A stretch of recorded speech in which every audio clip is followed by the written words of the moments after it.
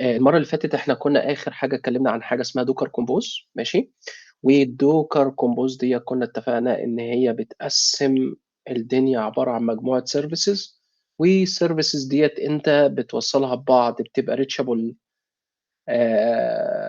لإن هم الdocker compose بيcreate network والnetwork ديّة automatically بتبقى reached through الdocker compose. يبقى نرجع كده إن لمّا بتعمل docker compose هو أول حاجة بيcreate network ليك، يبقى أول حاجة كده بيعمل لك بيgenerate network جميل، دي أول حاجة.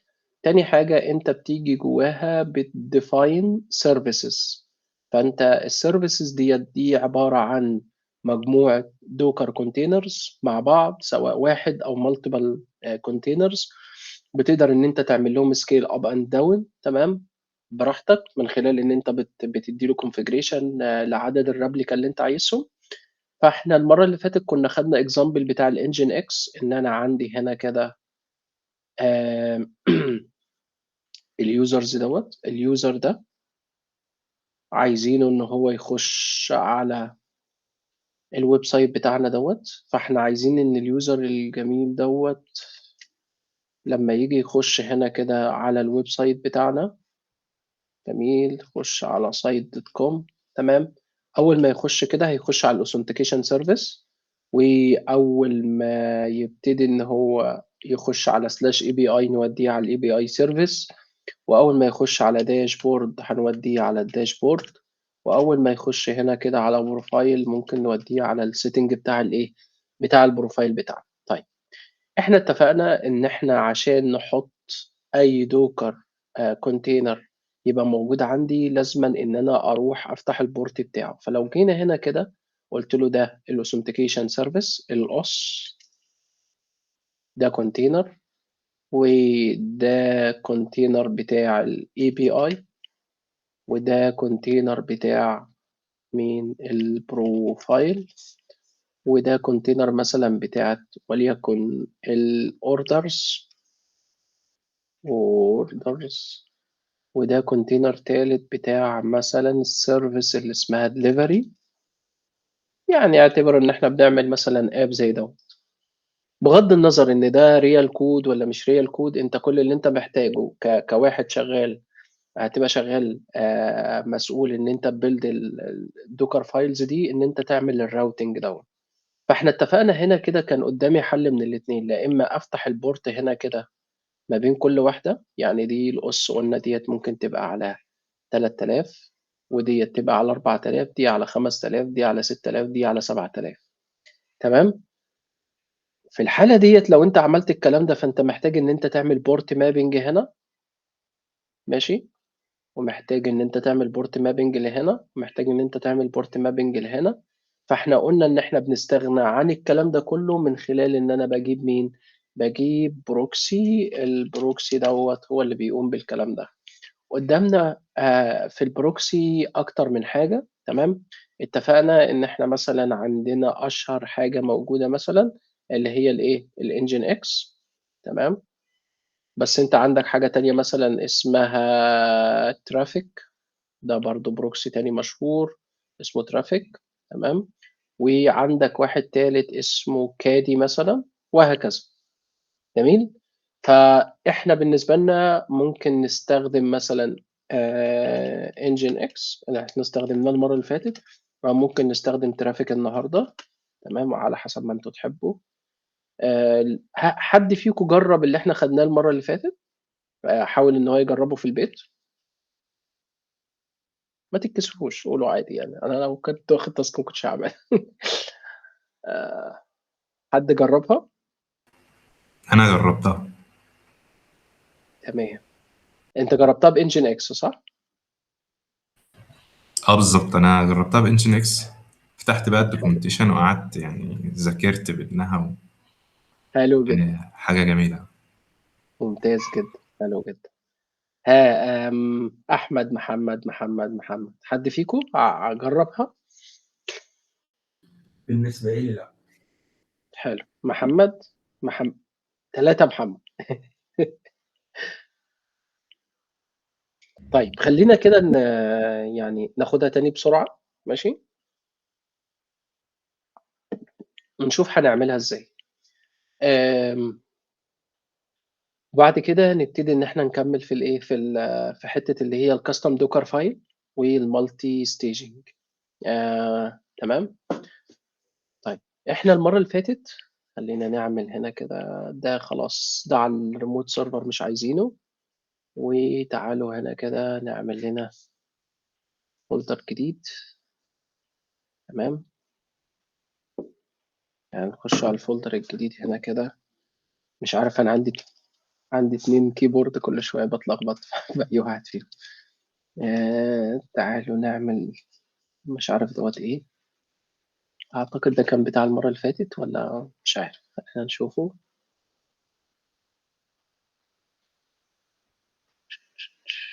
لأ، ما أعتقدش إن ده أصلًا.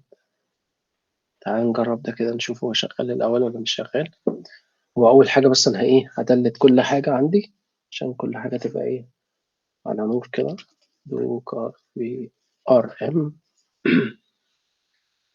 systemctl disable nginx.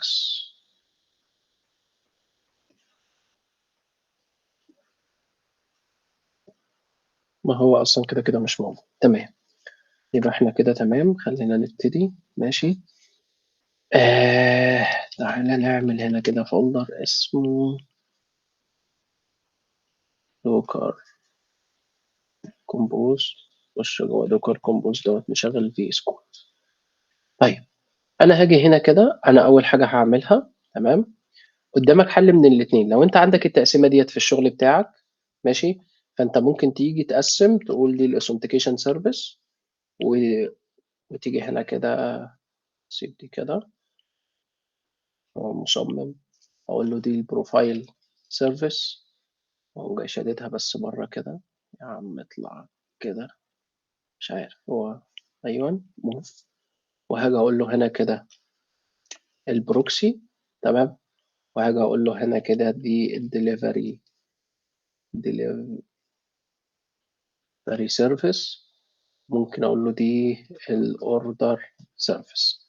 طيب أول حاجة أنا هاجي هنا كده أقوم جاي عامل docker compose compose.yaml. جميل. وهاقول له ده الdocker compose بتاعي. أول حاجة هنعمل لها define زي ما أنتم فاكرين المرّة اللي فاتت أو مش فاكرين، فإحنا أول حاجة بنحددها اللي هي الversion. جميل. وبعد أمّا بنحدد الversion خلّينا مثلًا قُلت لكم المرّة اللي فاتت الversion إن كل docker compose version ليه الversion الخاصة ليه الdocker compose بتاعه. يعني الموضوع لو أنت شغّال docker مثلًا version وليكن 20 بتلاقي قصاده الcompatible معاه الdocker compose بتاعه version وليكن 4 يعني دي لها table يعني.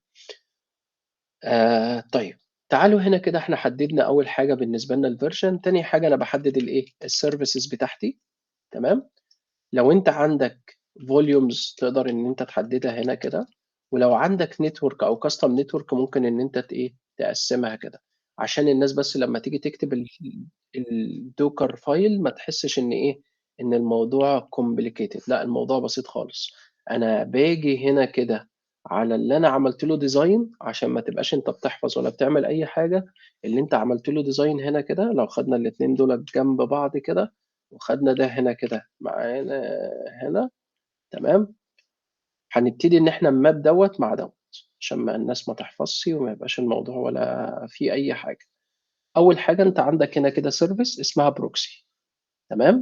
إحنا قُلنا كده إن إحنا هنختار فيها مين nginx، وبعد كده service اسمها authentication، وبعد كده API، وبعد كده profile، تمام.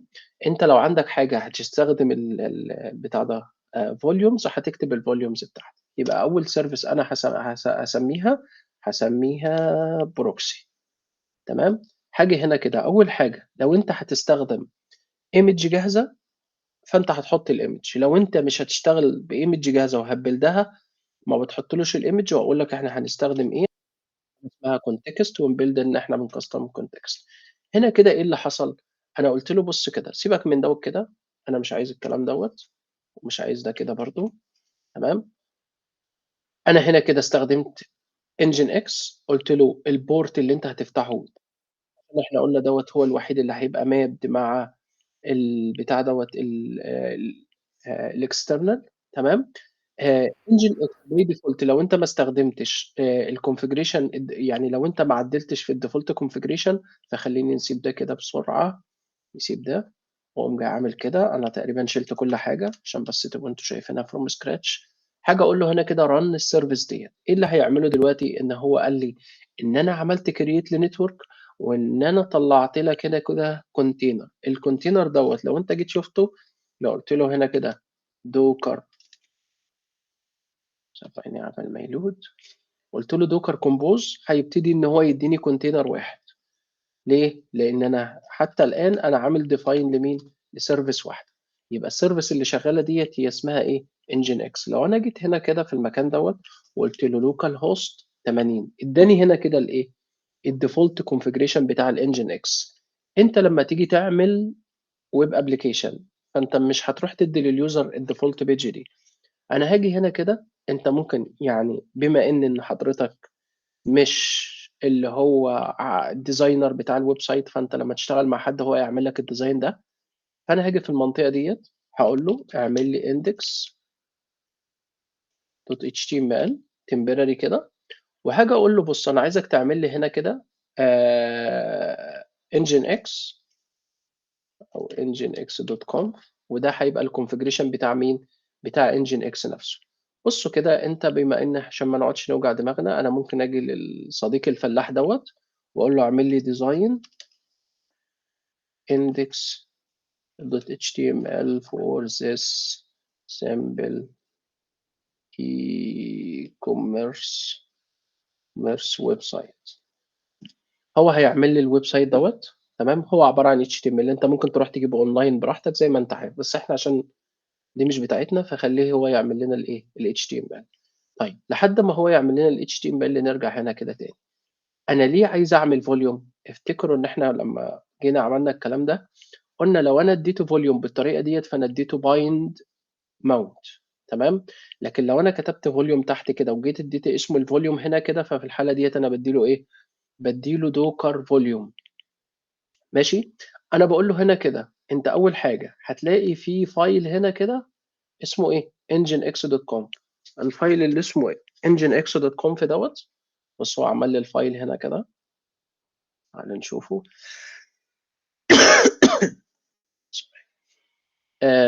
طيب عشان بس إيه الناس ما تبقاش فاكرة إن الموضوع complicated، بُص كده أنا لحد دلوقتي عندي الcontainer دوّة. لو دخلت جوّه الcontainer ده وقُلت له exec-it واديته الID دوّة وقُلت له bash، تمام. لو دخلت هنا كده على etc nginx.conf، nginx.conf شايف ده الdefault configuration. لو أنا خدت ده copy كده، تمام، وقُمت جاي واخده copy، قُمت جاي رايح فين، رايح لده، قُمت جاي عامل paste. عارفين أنا في الحالة ديّة عملت إيه؟ خلّينا نقفل دوّة خلاص. أنا في الحالة دي جِبت الdefault configuration بتاع مين، بتاع nginx، وهابتدي إن أنا أextend. ده أنا باقول لك عشان ما تقعدش تدوّر online وتقعد توجع دماغك، فأنت ممكن تextend من ده على طول. ماشي؟ طيب أنا هنا إيه اللي أنا عامله، أنا باقول له بُص الnginx file هنا كده اعمل لي map للnginx.conf، يبقى أنا جِبته زي ما هو، ما عملتش فيه أي حاجة. تاني حاجة أنا هاقول له إيه، أنا عايزك تعمل إيه، الfile دوّة برضه عشان تبقوا أنتم شايفين. الfile ده لو أنا دخلت هنا كده دوّرت فين، هتلاقي هنا كده حاجة اسمها فين، الdefault. لو أنا جيت هنا كده دخلت nginx، nginx by default بيبقى فيه folder اسمه nginx conf.d. لو دخلت هنا هتلاقي by default هنا كده في الversion بتاع الcontainer. خلّينا نخش هنا كده cat، ده الdefault configuration بتاع الdefault site. يعني أنت لو بتعمل site، تمام، هو بيsupport virtual web servers، ممكن تعمل على نفس السيرفر أكتر من web server. بس إيه اللي حصل هنا كده، بُصّوا هو حاطط الroot بتاعه فين، ده الفايلات بتاع الHTML بتاع الdesign اللي أنت بتشوفها. فأنت الشكل اللي هو العجيب دوّة ماشي، هو موجود في الملف اللي اسمه index اللي موجود هنا كده، تمام. فانت لو عايز تغير في الكلام ده، تمام، انت ممكن تيجي هنا وتقول له بص، انا عايزك تعمل لي ماب، تمام. ماب لمين؟ للفايل اللي اسمه index.html، لنفس الفايل اللي هو كان موجود هنا كده، وانت تاخد الباص ده كوبي عشان ما تقعدش تحفظ ولا تكتب. انا خدت الفايل ده كده اللي هنا ده، حطيته على الفايل التاني وعملت كده سيف. لو انا عملت ريفرش تاني، تمام، ولا ايه اللي حصل؟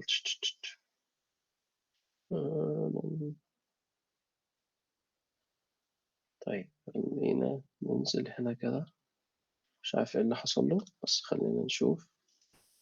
هو تقريبا الفوليوم يعني مم. محتاج اضيف بروكسي. الباث بتاعها هيبقى بروكسي انجن اه، 8. صح صح صح، تسلم يا احمد.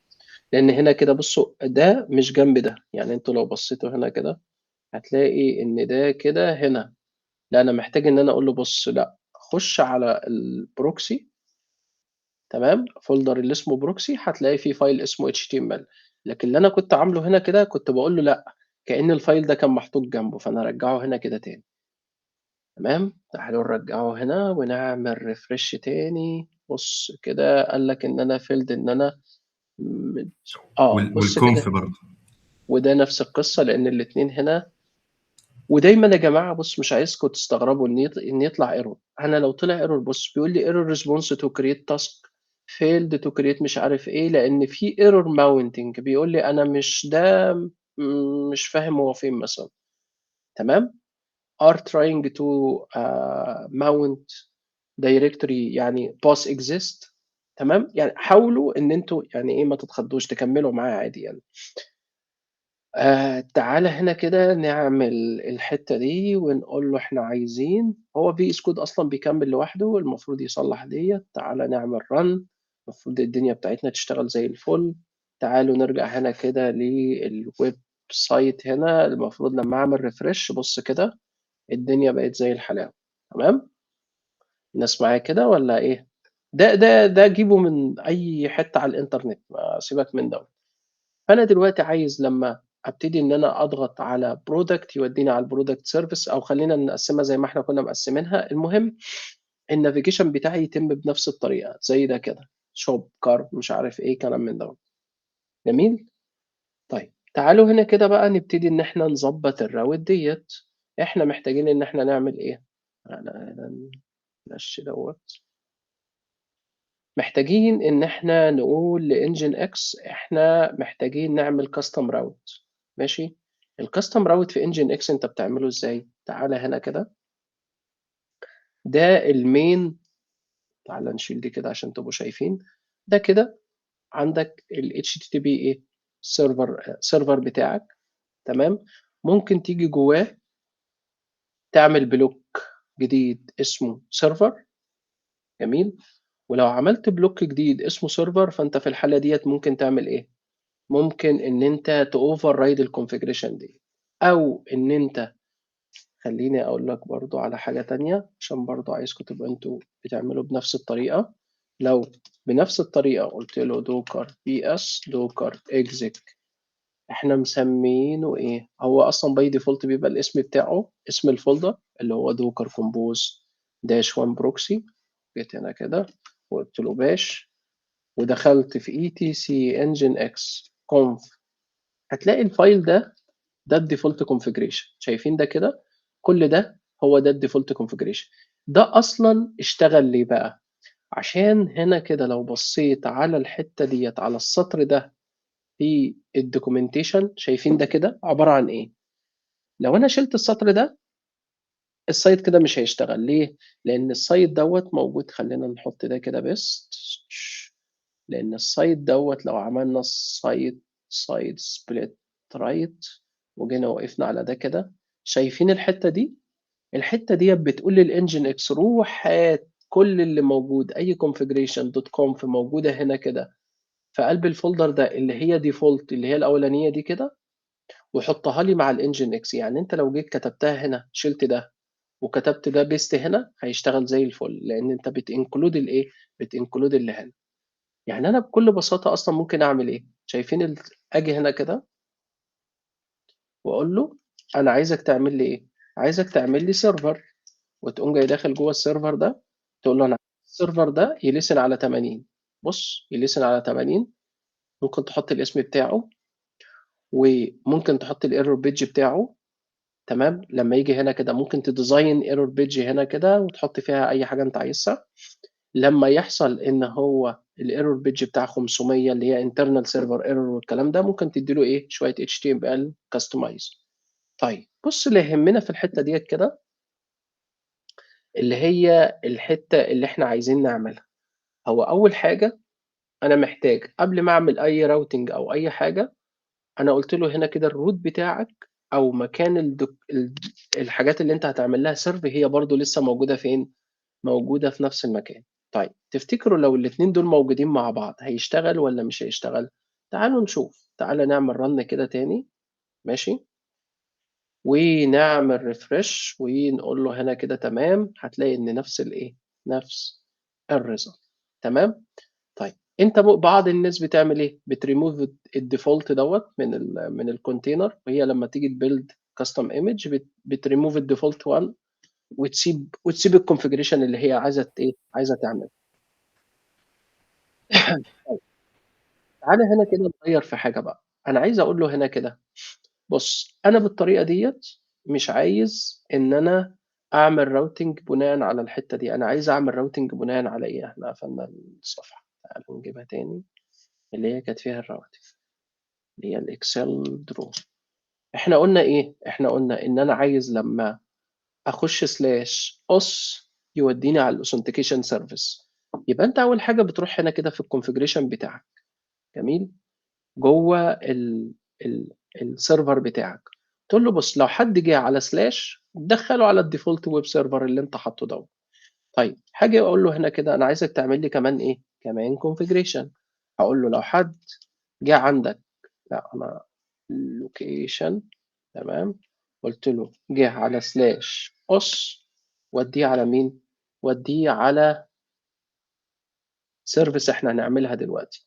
هاقول له بكل بساطة كده هاقول له آآ proxy boss تمام، وهاقول له ودّيه على الservice اللي اسمها إيه، سيبك من كل الheaders دي دلوقتي، هاقول له ودّيه على الservice إحنا قُلنا هنبتدي ب300 أو ب3000 آسف، يبقى أنا هنا كده هاجي أقول له بُص لو in case تعالَ تقريبًا بتتعمل كده redirect to service on port 3000 جميل؟ طيب هنا كده عشان الengine X يعرف إن أنت عايز تredirect على ال3000 ديّة لازمًا تعمل إيه، لازمًا تعمل له حاجة اسمها upstream هو لازمًا يعرف إن في حاجة هتودّيه للservice ديّة، فهو محتاج configuration تانية، الconfiguration التانية اللي أنت محتاج تعملها ديّة عبارة عن إيه، عبارة عن إن أنت بتروح للengine X تقول له هنا كده ده الengine X جوّه الHTTP يبقى الserver دوّة لمّا يlisten على 80 ويبتدي إن هو ييجي له slash هيودّيه على الإيه، على الdefault ده، لكن لمّا ييجي له /os هيودّيه على مين، على الservice دي، الservice ديّة لازمًا تdefine back end ليها، الback end ديّة أو الupstream بتيجي تقول له هنا كده، أنا محتاج إن أنا الOS service upstream دي الupstream دي الservice اللي بتlisten تمام، في حالة لو الrequest لو الuser جه على slash الإيه، ال الport دوّة. طيب أنا في الحالة ديّة خلّينا نطلع هنا كده، خلّيني الservice ديّة nginx لو أنا كتبت هنا كده اسمها os service تمام، ده اسم في الconfiguration بتاع مين، بتاع الnginx لكن الconfiguration الحقيقي اللي أنا باعمله إن الnginx بيشوف الauthentication service تمام، هنا كده شغّال على port كام، 3000 تعالَ نرجّع ده كده هنا جوّه، فين، كنا عايزين نجيب دي، يبقى أنا هنا كده ده بيشوف ديّة شغّالة هنا كده على كام، على 3000 من غير ما تعمل port mapping ولا أي حاجة. طيب الservice اللي هي اسمها مين، اسمها authentication ديّة إحنا لسه ما عملناهاش، فإحنا محتاجين إن إحنا نيجي هنا كده. الأول لو أنا عملت run لده ماشي، عملنا save وعملنا run، إحنا عملنا save لدوّة ماشي، وقلنا له docker ps تمام، هو كده شغال والّا مش شغال؟ طيب تعالَ نعمل authentication service تمام، الauthentication service لو هي application تعالوا نجيب هنا كده sample، نجيب لكم sample سريع، نرجع هنا كده، أو بنفس الطريقة، خلّينا نعمل بنفس الطريقة نسميها auth.html تمام، وهاقول له هنا كده دي اسمها إيه authentication service أو خلّينا نصغّرها أحسن. إحنا ممكن يا هندسة نعمل الsurface دي حاجة يعني إمم. image hello world مثلًا. ماشي، ماشي، ماشي، أنا هاقول لك في image حلوة ممكن أو في شوية حاجات كده image لطيفة أنتم ممكن تستخدموها، خلّينا نعملها دلوقتي. طيب هاقول له هنا كده الservice ديّة اسمها authentication تمام، هاقول له بُص الimage اللي أنت هتستخدمها اسمها إيه، اسمها مثلًا traffic OMI ماشي، دي بكل بساطة service تمام، بتعمل إيه، أول ما بتخش عليها بتدّيك الIP بتاع الcontainer اللي أنت شغال عليه، بتدّيك شوية information كده. طيب لو أنا عملت run هنا كده وطلّعنا ديّة شوية، قال لك أنا create authentication وcreate مين، الproxy. هنا كده محتاج إن أنا أعمل حاجة بس بسيطة عشان تبقوا أنتم شايفينها، شايف الHTML دوّة، محتاج إن أنت تروح على أي menu من اللي هي شغالة دي، تغيّر بس الtext بتاعها دي، تحط مثلًا إن دي login مثلًا، فلمّا يضغط عليها يعمل إيه، يخش على /us مثلًا. فدي حاجات أصلًا الdesigner بيبقى مدّيها لك، مش محتاج إن أنت تعملها، بس إيه، إحنا بنعتبر نفسنا إن إحنا بتوع إيه، بتوع كل حاجة دلوقتي. وهاقول له هنا كده ده slash إيه، slash us، يبقى الراجل لمّا يضغط على دوّة كده هيوديه على slash authentication. وتعالوا هنا كده نعمل run تاني تمام، ولو هو ما سمّعش في الحالة دي ممكن إيه، تبقى تحتاج تعمل له down. بُص كده، لو أنا قُلت له هنا كده قال لي إن أنا مش إيه، إن أنا ما أعرفوش، حلو؟ تعالوا بقى نشوف ليه هو كده ما عرفوش. أول حاجة ممكن يكون الengine X، تعالوا نخش هنا كده الengine X الconfiguration اللي هو خدها دي ما فيهاش الحتّة ديّة لسه، أو يكون إن هو شغال بالdefault configuration اللي هي موجودة فين، اللي هي موجودة عنده أصلًا تمام، هو يا هندسة أنا لاحظت حاجة إنك لازم تعمل له reload من جوّه الimage أو آه، تعمل docker compose down وتقَب أنا تاني. للأسف أنا عارف المشكلة ديّة. عادتني كتير دي. بُص أهي، عملها start دهيّة تمام، طب نعمل له docker compose. أنا بافضّل إن أنا أعمل له إيه، أعمل له image أصلًا بسبب الحوار دوّة، يعني بيزهّقك، فأنت الأحسن إن أنت تbuild له أنت custom image وتبقى أنت متحكّم في كل حاجة، عشان ساعات هو بيreload default. يعني ده كده أنا متأكد إن هو بيعمل إيه، خلّيني أورّيه لكم عشان برضه نعمل هنا كده، نقول له docker خُش في ده، خُش cdhc nginx، خُش في الconf.default، بُص كده ده ماشي، ما فيهوش أصلًا مين، ما فيهوش الconfiguration بتاع الproxy.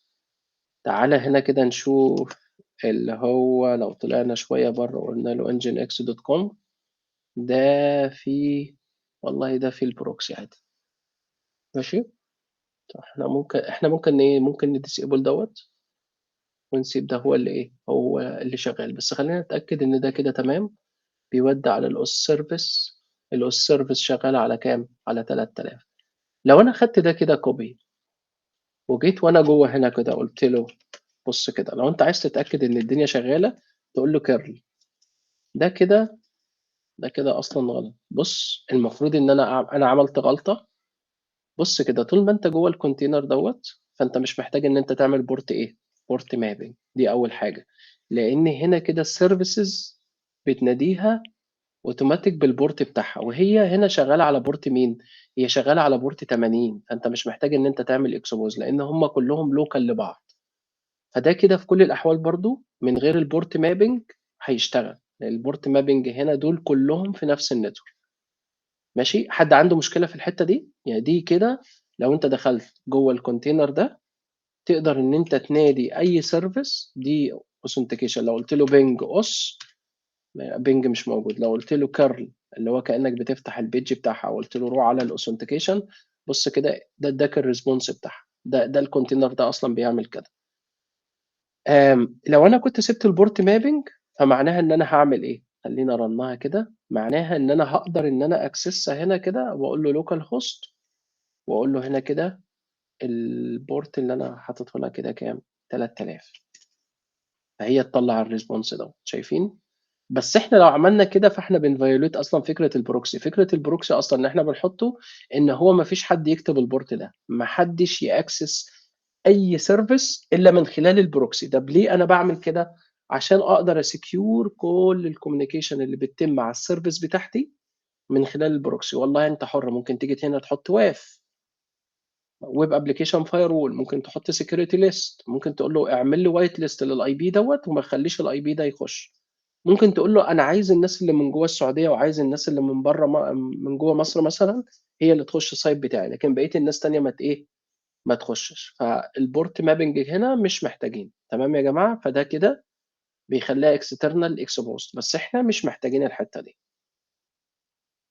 حد عنده لخبطه لحد دلوقتي؟ انا كل اللي انا كتبته سطرين. عملت سيرفيس، جبت انجن اكس، عملت بورد، قلت له خد الكونفجريشن ديت، تمام، وجيت هنا كده حطيت ال HTML ديزاين اللي انا جبته من ايه؟ من كلون.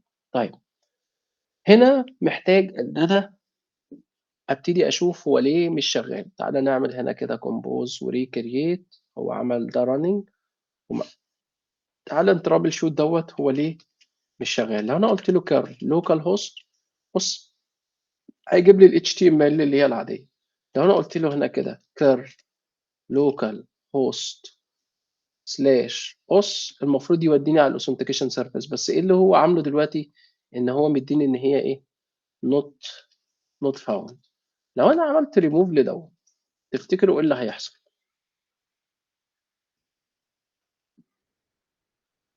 انا عملت ريموف للكونفيجريشن،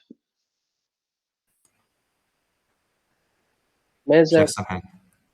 مش هيحصل حاجه لان اصلا هو ما حسش ان هو اتحذف، لان البروسيس لما بتيجي تشتغل هي عملت لود للكونفيجريشن في الميموري ومن ساعتها هي خلاص ايه؟ لقته. لكن لو انا عملت انجن اكس داش داش هيلب، داش اس. انا كنت عايز اجيب لو عملت داش اس وقلت له ريلود، تمام، في الحاله ديت هو عمل ايه؟ المفروض يكون عمل ريلود لمين؟ للسيرفيس. لو جيت هنا كده وعملت ريستارت تفتكروا لا احنا ملناش علاقه بدوت. هو ده اصلا ايه اللي حصل له؟ انا شلت البورت، تمام. جيت هنا كده عملت سلاش ده، هو برضو ما عملش ده. طيب حته تانية برضو كويس ان الحاجات دي بتحصل. انا محتاج ان انا ترابل شوت الحته دي. انت هنا كده تعمل دوكر بي اس، تيجي على اللوجز وتبتدي ان انت تدور على مين؟ على اللوجز. بص هنا كده ايه اللي بيحصل؟ بيقول لك ان انا ده كده اداني ايه؟ اداني 404. طب هو ليه اداك 404؟ قال لك بص كده لان انا بحاول ان انا كونكت على الاب ستريم، تمام، اللي هو انت قايل لي على 3000 وهو اصلا مش موجود حاجه على 3000. الناس فهمت إيه المشكله فين؟ فانا عايزك تطلع المشكله من الايرور، مش ان انت تبقى انت مثلا واخد الكونفجريشن كده. تعالى هنا كده ناخد الايرور دوت ونيجي هنا كده نبص على ايه اللي احنا عاملينه. انتوا عارفين ايه الخطأ اللي انا عامله هنا كده؟ ان انا قايل له السيرفيس ديت فين في الاب ستريم. بصوا كام واحد مش فاهم فكره الاب ستريم؟ لو حد مش فاهمها يقول لي. انت عندك انجن اكس اهو، وعندك هنا كده ده سيرفيس، ودي سيرفيس، ودي سيرفيس. انت عارف اللوب بالانسر؟ انت ممكن تشغل انجن اكس كده، ده ان جي ممكن تشغّله loop balancer، ففي الحالة دي هو بيloop balance على دول. هو بيسمي كل سيرفر وراه اسمه upstream، upstream، upstream، تمام؟ لو هو حتى هيعمل عليهم proxy هو اسمه upstream، فأي حاجة بتيجي على nginx بيروح يباصيها لحد وراه، ده اسمه upstream. الupstream ده ممكن يبقى شغال على port 80 أو شغال على 3000 أو على أي حاجة أنت عايز تعملها، تمام؟ وبعض الناس ممكن تستخدم nginx هنا وتستخدم nginx هنا، تستخدم nginx يعمل يreceive الtraffic external وبعد كده إن هو يdistribute على الإيه، على الموجود. طيب، فهنا كده الlogs اللي جاية لي بتقول لي بُص خلّي بالك أنت بتقول لي إن أنا في upstream شغال عندك على port 3000 وأنا مش لاقي حاجة اسمها port 3000. بُص أنت بتقول لي روح على request اسمه /os والslash os ده أنا مش لاقي فيه حاجة على 3000، أنت بتضحك عليّا، ده connection refuse. ليه بقى؟ لإن لو رجعنا هنا كده وعملنا ديّة بالطريقة ديّة وفتحنا ده كده وفتحنا ده كده وعملنا map للاتنين مع بعض، بُص كده أنت المفروض تبقى أنت شايف الاتنين مع بعض. دي كده الservice ديّة شغالة على كام؟ by default أصلًا هي شغالة على 80. فأنا جيت ضحكت هنا كده عليه وقُلت له لأ، أنت الservice دي شغالة على 3000، يبقى دي أول خطأ عندي، ده الخطأ اللي أنا عملته. الservice ديّة by default شغالة على 80. طب أنا عرفت منين؟ من الdocumentation بتاع الservice دي، وفي common port كده معروفة لكل الservices. طيب لو عملنا هنا كده run ماشي، خلّي بالك بقى الحتّة اللي أحمد كان بيقول عليها، إن أنت ممكن تعمل run وما يعملش حاجة، ففي الحالة ديّة محتاج إن أنت تعمل docker compose down. تعالوا نعمل refresh هنا كده ونعمل refresh، تمام، ما ادانيش أي حاجة. تعالوا في الحالة ديّة نعمل له docker compose down وتعالَ نعمل docker compose up تاني، وتعالَ نشوف الlogs إيه اللي هيحصل في الlogs. تعالَ أمّا أعمل refresh هنا كده، هو كده برضه ما فهمش. نيجي هنا كده تاني للlogs، هاقول له docker ps، تمام، تعالَ أجيب الlog بتاع الservice دي. بُص هنا كده إيه اللي حصل، قال لك إن أنت باحاول إن أنا أفتح الservice دي، تمام، على حاجة اسمها /os والfile ده أصلًا مش موجود. أنتم عارفين كده إيه اللي حصل؟ معناها إن هو ما فهمش هنا إن إحنا بنعمل إيه، بنعمل proxy. يعني إحنا محتاجين، هو هنا كده بيدوّر على /os كإنه إيه، كإنه folder موجود. جميل، كإنه إيه، كإنه folder موجود. وبما إن أنتم موجودين معايا أنا أقول لكم برضه على كذا حاجة عشان يعني أنت ممكن تستفيد بالtools بتاعة الAI. أنا لو جيت هنا كده على الconfiguration ديّة وخلّينا خلّينا نشتغل بالحاجات اللي أنتم بتشتغلوا بيها اللي هي copilot مثلًا. لو ما تعالَ نفتح الchat، تعالَ نفتح هنا كده الchat بتاع copilot وهاقول له هنا كده فين الchat، وممكن تيجي تقول له هنا كده add file to chat وهتيجي في الحتّة دي كده تقول له أنا عايزك تعمل لي تشوف لي المشكلة في الerror دي. أنا مش يعني أنا عايزك برضه إيه، تبتدي إن أنت تستغل نفس الtools وفي نفس الوقت تتعلم منّه هو بيعمل إيه، وممكن الحاجات اللي هو يدّيها لك أصلًا تبقى كلّها أصلًا غلط.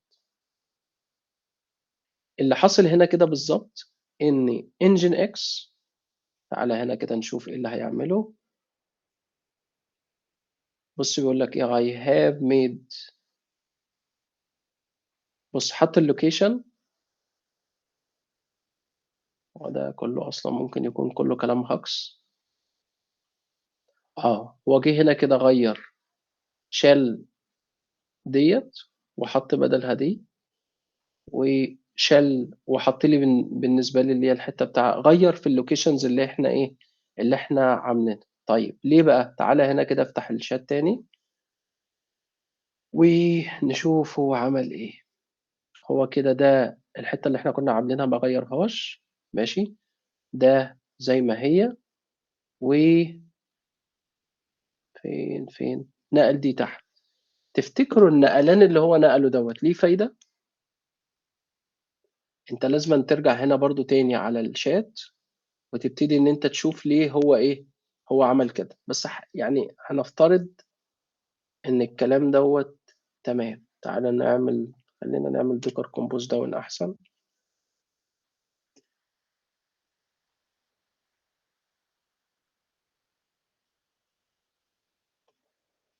هنعمل docker compose up. خلاص ال3 created. تعالَ هنا كده نقول له خُش لي على الsite دوّة، تعالَ على الlogin برضه ولا حصل أي حاجة، يبقى أنا هنا كده اتضحك عليَّ من مين؟ اتضحك عليَّ من الحاج دوّة. هو ماشي؟ برضه هندسة يعني هو تقريبًا هو نقل حاجة مكان حاجة وخلاص، يعني هو ما غيّرش حاجة. ما هو ده اللي أنا باقول لك عليه، بُص أنت عارف هو عمل إيه؟ شال الroot ده كده من هنا وقام جاي حاطّه فين؟ هو كان فوق، قام جاي حاطّه تحت، مع إن ده والأُس طريقة. الأُس surface متكررة مرتين برضه. والقوس service ما شاء الله هو إيه، حطّها بس حطّها هنا كده مرّة إن أنت ييجي لو عندك slash وراها، إمم. ومرّة بدون slash عشان يعمل إيه، exact match يعني. إمم، طبعًا إمم. ده كده ما حلّش أي حاجة، ماشي؟ الحل المثالي إن هو كان هيحل الموضوع ده إن أنت كنت تعمل إيه، إن أنت تremove الdefault إيه، الdefault configuration. ده كان أفضل حل للموضوع، إن أنا أمسك الdefault configuration بتاعي وأقوم جاي إيه، وأقوم جاي عامله.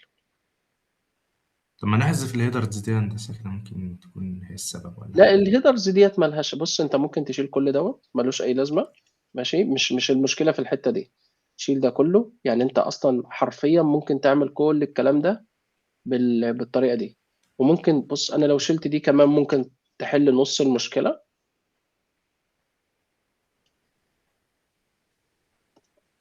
يعني بُص هو المشكلة نفْسها أنا عارفها، بس الفكرة أنا عايزكم وأنتم معايا يعني إيه، ما نشغّلش الحاجة من أول مرّة عشان هي أمّا تشتغل من أول مرّة عمرها ما هتفهم إيه اللي ماشي وراها، فاهمني؟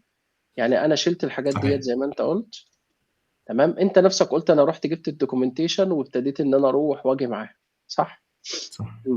المشكلة هنا كده في إيه، إن الdefault configuration الموجود هنا كده دوّة بيoverride مش دوّة، الموجود اللي اسمه default.conf اللي هو دوّة، تعالَ هنا كده docker ps.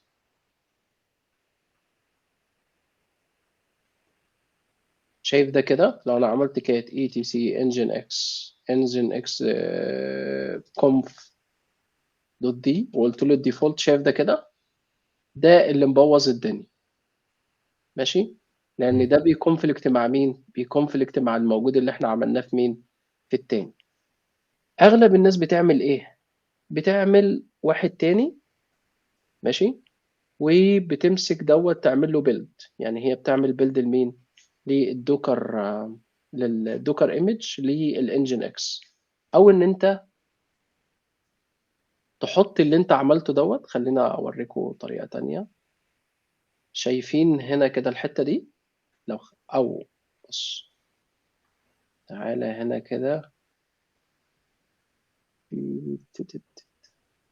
نسيب ده هنا زي ما هو، تعالَ نجرّب يعني نجرّب سوا. أنا هاجي هنا كده أقول له بُص أنا عايزك تجيب لي مين، الdefault دوّة، يبقى أنا هاخد الfile ده. لو أنت عايز ما تلعبش في الimage يعني عايز تريّح دماغك، تيجي هنا كده تقوم جاي عامل ده، وأقول له هنا كده اعمل لي copy، هات copy لمين، لدُولة، وجيت هنا كده قُمت جاي حاطط دُولة. بُص وهارجع للconfig ده، الconfig ده هاشيل منّه الserver ده، الserver ده أنا إيه، أنا مش هاخده هنا، هاسيبه، طب ما هاسيبه في نشيل الfile الinclude يا الأصلي. هندسة، ما نشيل الinclude وخلاص.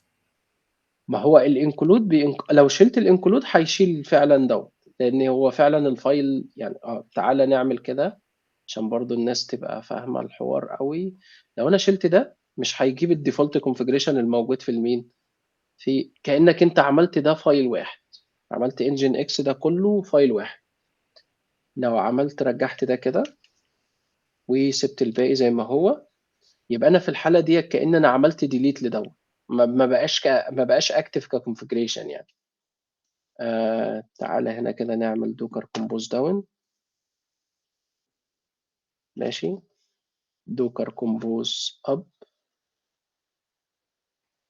ماشي، السيرفيسز كده كرييتد.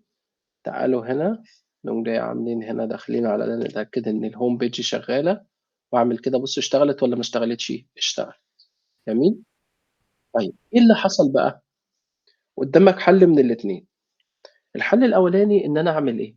انا اسيب الكونفيجريشن بتاع انجن اكس زي ما هي هنا كده، وارجعها للاصل بتاعها. فين الاصل بتاعها؟ بص، سطر 42. تعالوا نرجعها هنا كده. سبت انا شلت كل ده، وهقوم جاي ماسك كل الكلام ده شايله من هنا. تمام. يبقى انا هنا كده ده الديفولت كونفيجريشن بتاعه.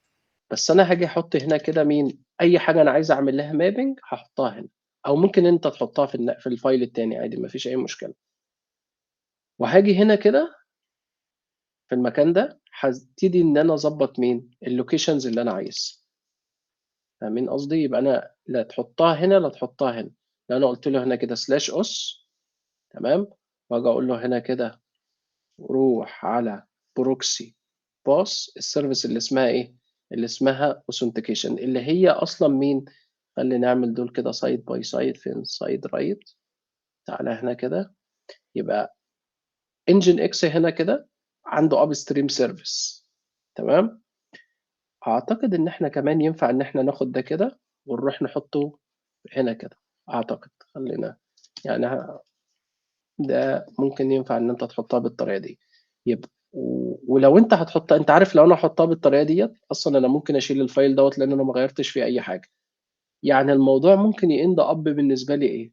ان انا اجي هنا كده.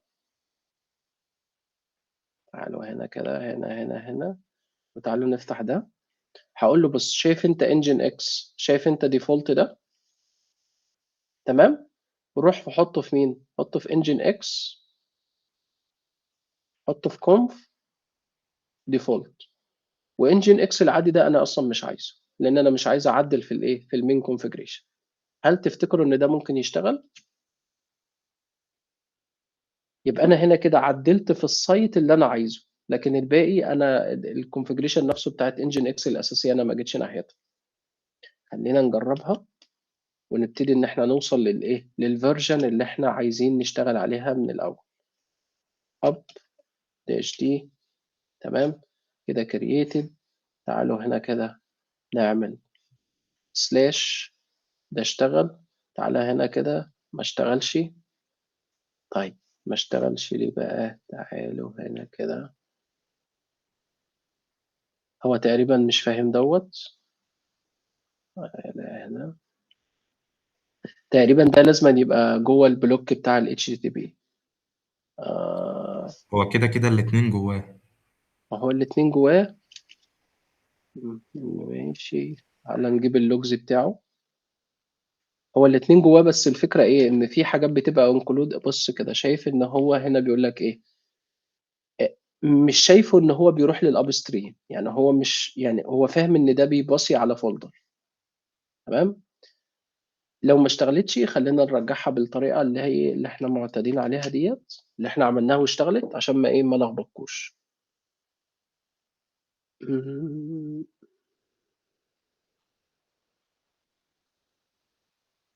ايوه بص ده ماشي. هو ده، هي ديت يعني مش حاسس ان فيها فرق غير اللي هي يعني formatting. you need. ماشي عادي نعمل له ريلود. بص برضو دي حتة كويسة. شايفين دي كده؟ دوكر كومبوز اكزيك، هي نفس الاكزيك اللي انا بعملها. الكونتينر اللي اسمه انجن اكس، هو احنا مسمين واحد اسمه انجن اكس؟ لا، اه بروكسي بروكسي. بس. اه بروكسي. و يروح يعمل ايه؟ يعمل ريلود للايه، للكونفيجريشن دي، كأن انا دخلت جوه الكونتينر.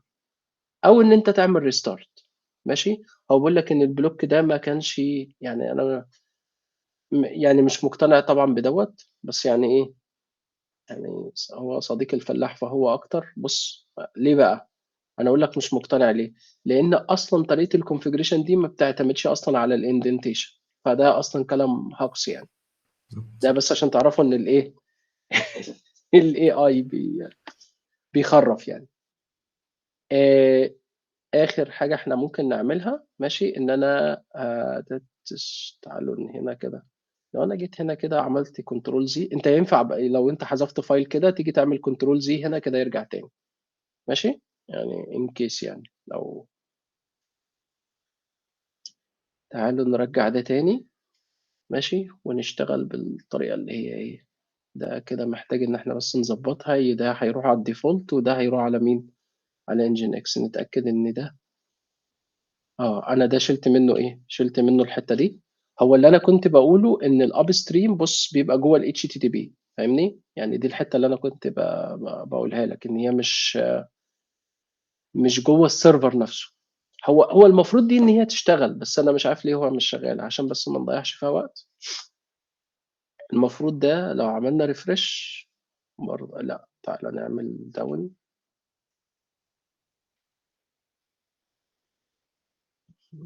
ماشي احنا كده دي ظبطناها، ودي احنا محتاجين ان احنا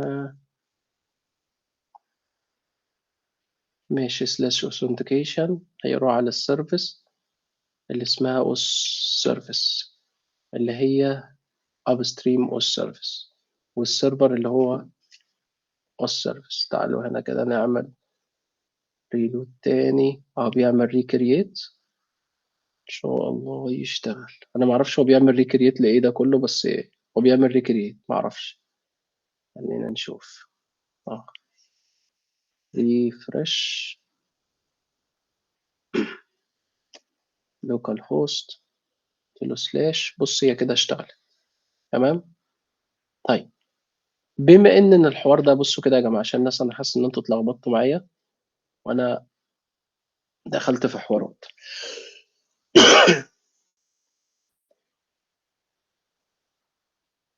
انا اول حاجه عملت الانجن اكس، تاني حاجه ده المين كونفيجريشن بتاع انجن اكس، دخلت جواه كل اللي انا عملته جبته كابو بيست من الديفولت كونفيجريشن، وقمت جاي حاطط فيه مين؟ حاطط فيه المابنج بتاع الاب ستريم اللي انا عايزه. طيب لو انا عايز سيرفيس تانية، خلينا بسرعه كده نعملها. هقول له انا عايزك تعمل لي سيرفيس اسمها الاوردر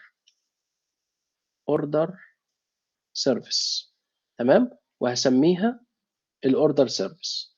وهاجي هنا كده في دوكر كومبوز هقول له بص انا عايزك تعمل لي سيرفيس اسمها اوردر سيرفيس وبنفس الايمج، ولا بلاش نفس الايمج، خلينا ندور على ايمج تانية. اعتقد في مثلا، والله ما اعرفش ديت ايه، يعني انا ما اعرفش الايمج دي ايه، بس ايه خلينا نشوف. طيب يبقى انا كده عملت الاوردر سيرفيس جميل، او خليها نفس ديت عشان ايه انتوا تبقوا عارفين لو السلاش اوردر اشتغل يبقى هي شغاله تمام. هاجي هنا كده هقول له بص لو الراجل هنا كده عمل سلاش اوردر، وديه على مين؟ على الاوردر اندرسكور سيرفيس. الاوردر اندرسكور سيرفيس دي اللي هو الكونفجريشن بتاع الاب ستريم اللي انت عامله هنا كده. يبقى هنا كده تاني الريكوست لما بيجي على انجن اكس على السلاش اوردر، بيروح يدور في الكونفجريشن بتاعه على اب ستريم.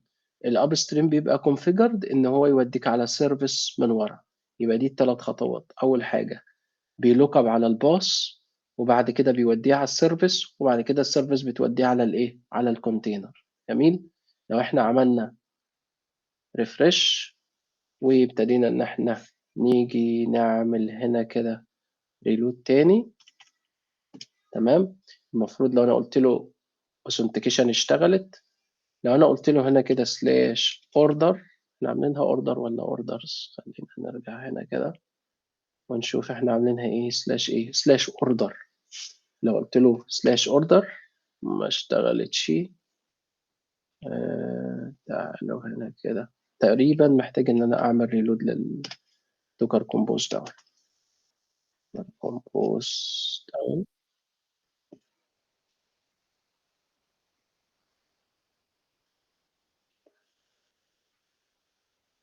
دوكر كومبوز ابديت دي.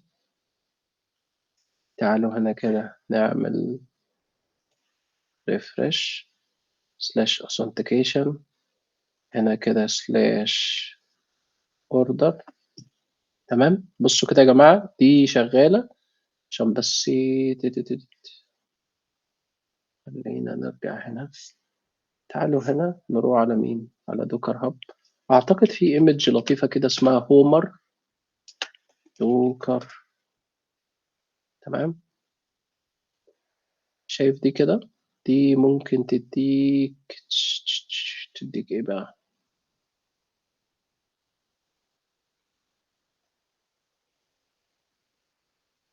بس تعالوا نجرب ديت. دي شغالة على بورت 8080. تعالوا نعمل واحدة تانية اسمها هومر. ماشي. وهنخليها بس لحد هنا ونشيل كل الكلام ده. وهروح في الانجن اكس هقول له اعمل لي اب ستريم اسمه هومر. تمام. والسيرفيس هتبقى اسمها هومر. ولو حد جه هنا كده من سلاش هومر. تمام. سلاش هومر وديهولي على السيرفيس اللي اسمها ايه؟ هومر. تمام. السيرفيس ديت اللي هي باي ديفولت شغاله على كام؟ اعتقد دي شغاله على 80. دي لا ديت مش شغاله على 80. احنا بنحط يا جماعه الكونفجريشن هنا كده. دي البورت اللي هي شغاله عليه. طيب تعالوا نعمل هنا كده دوكر كومبوز داون.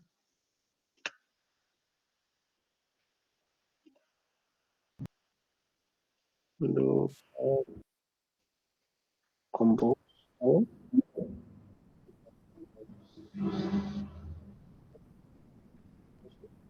نعمل بول مين؟ والله فكرتوني بكذا ايمج كده لطيفة ممكن نجربها.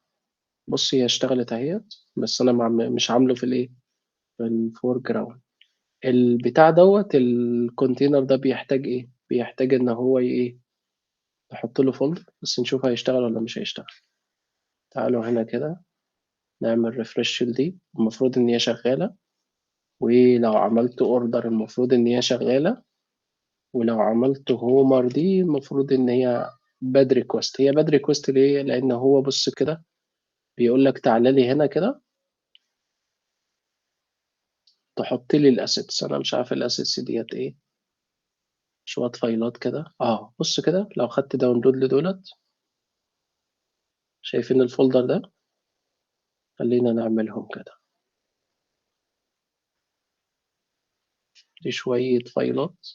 انا ما اعرفش ايه بصراحه بس خلينا نجرب يعني.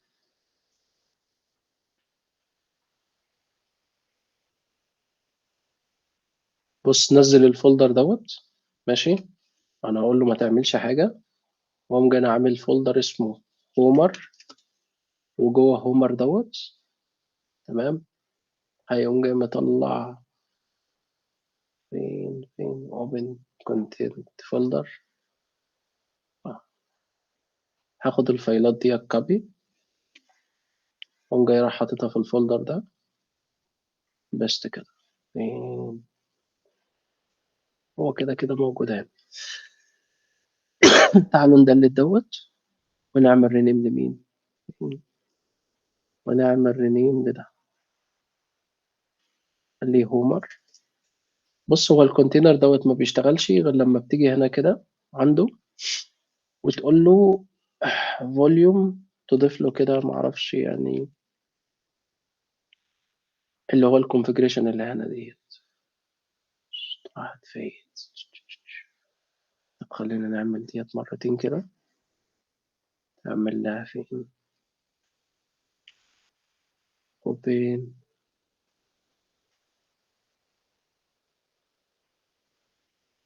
تعالى ناخد ديت كده كوبي. ونروح نحطها هنا كده في هومر. ماشي. هو هنا كده المفروض يجي جوه ده يقوم جاي فين؟ تعالى نرجع للسايت دوت. assets.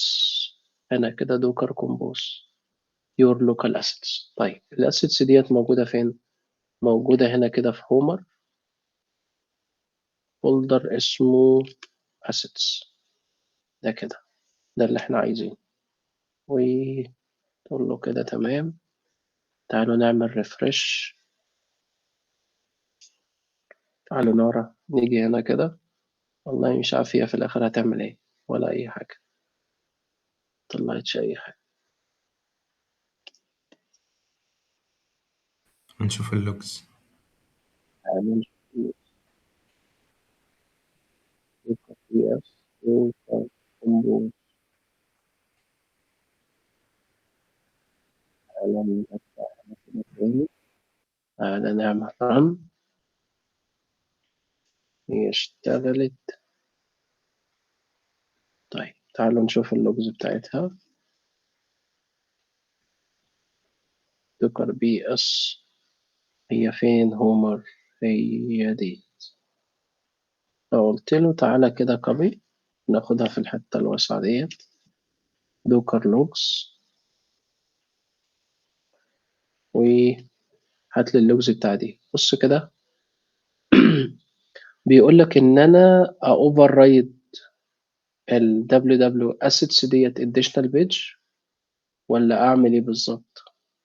هو تقريبا محتاج ان ايه no configuration found installing the default ايه configuration، وبعد كده مدي مين؟ مدي الايرور دوت. تعالوا هو يا هندسة احنا كده كده بالمفروض بنوفررايت كل الاسيتس ايا كان هو عامل اسيتس كذا. صح، بس هي واضح ان هي مش مبدي هنا كده مظبوطة. يعني تعالى نرجع هنا كده. بص المفروض هنا كده، ده كده والله صح، يعني المفروض. بص كده، دي www assets، environment ده default install configuration. طيب خلينا هنا كده نفتح ده. دي الاسيتس بتاعتي. افتكر هو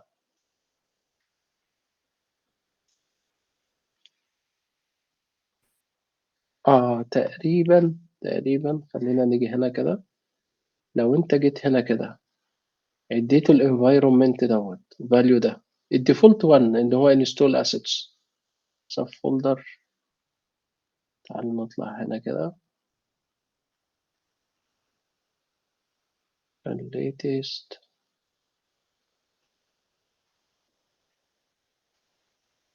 احنا عاملين نفس القصة.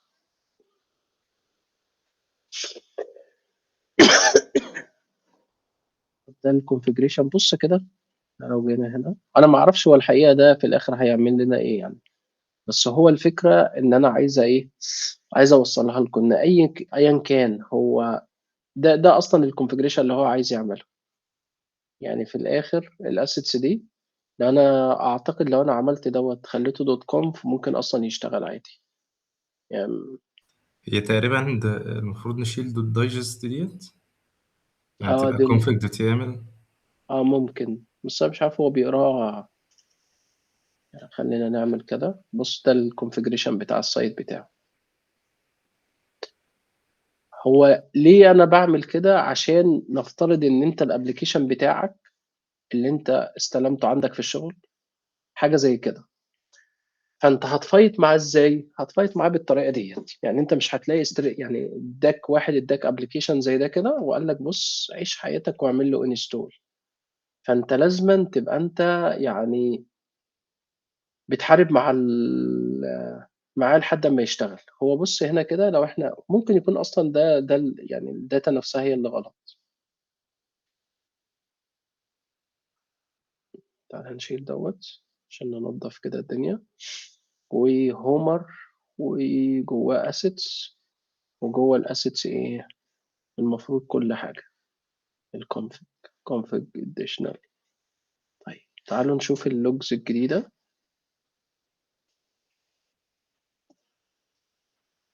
هو بقى هنا كده بقى لوجز تانية خالص تقريبا. يعني شايف هنا كده. هو مم. هو تقريبا بقى لوجز تانية خالص، بس في الآخر هو ادى ايه؟ نفس الايه؟ 400. مم. يعني هو اشتغل بس ادى نفس الايه؟ 400. طيب عشان ما نقعدش نسيرش اونلاين، تعالى برضو هنا كده ممكن تيجي على الحاج دوت. وتيجي هنا كده تقول له add لا بلاش خلينا نحط هنا كده سيب دوت.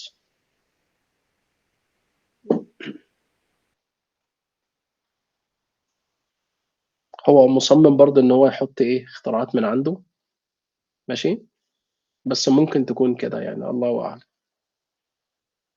يعني هو هنا كده عايز يحطها نفس المرة اللي فاتت، ومع ان المرة اللي فاتت ما كانتش محتاجة. هو بيقول لك ايه، بيقول لك احتمال ان يكون لازما تبقى ايه اليو ار ال نفسه مش مظبوط. خلينا نعمل كده، هو ده اصلا مش يعني مش منطقي. طيب انا اقول لكم بس على حاجة. هو شكل آه الايرور ايه يا هندسه؟ شكل الايرور تاني معلش. بص الايرور هنا كده، يعني هو الايرور اصلا مش مدي اي حاجة. بيقول لك بص انا ستارتد وزي الفل، بس انا بدي ايه 400. مم. طيب بصوا تمام. كده عشان إيه؟ يعني انا سيبكم من ده كله، انا عايزكم تعملوا ايه. إيه خليني احط لكم دوت. اول حاجه سيبكم السيرفيس ديت، نجيب السيرفيس ديت مش عايزين ايه. انا هحل ديت اشوف ايه مشكلتها، بس انا عايز الناس ايه ده الدوكر كومبوز فايل، ماشي. خلينا احطه لكم كده في الشات عشان ايه ما يبقاش احنا على الترابل شوتنج ده كله وانتم ما عملتوش حاجه بايديكم. تمام. حط لكم كده في الشات الدوكر كومبوز فايل دوت. جميل. خلينا نحط دوت، وهحط لكم الانجن اكس وده الانجن اكس دوت كوم. وعايز الناس تجرب كده من عندها تشوف حتى الموضوع يطلع عندها حتى ضمي داتا، ماشي، عشان ما يبقاش الموضوع بس انتوا ايه بتتفرجوا. يعني هو الهدف من الموضوع ان احنا في الاخر نعرف نشغله. خلينا نحط ده. الناس عندها استعداد تجرب ولا الموضوع بقى متصعب عشان احنا طولنا فيه؟ لا نجرب يا هندسه. ماشي جربوا كده. بكل بساطة انت هتعمل فولدر عندك، هتعمل دوكر كومبوز، ومن الدوكر كومبوز اللي عندك هتبتدي ان انت تكريت الفايلز، ماشي. تجيب اي HTML بيتش عادي ما فيش اي مشكلة.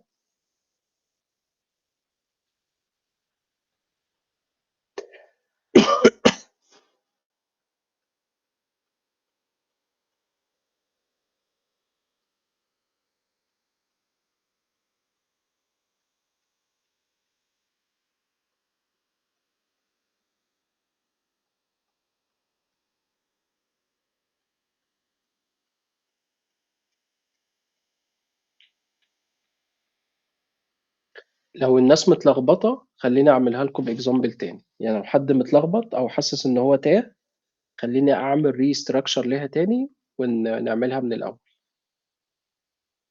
لو انتوا حاسين ان انتوا تمام يبقى خلاص كملوا زي ما انتوا.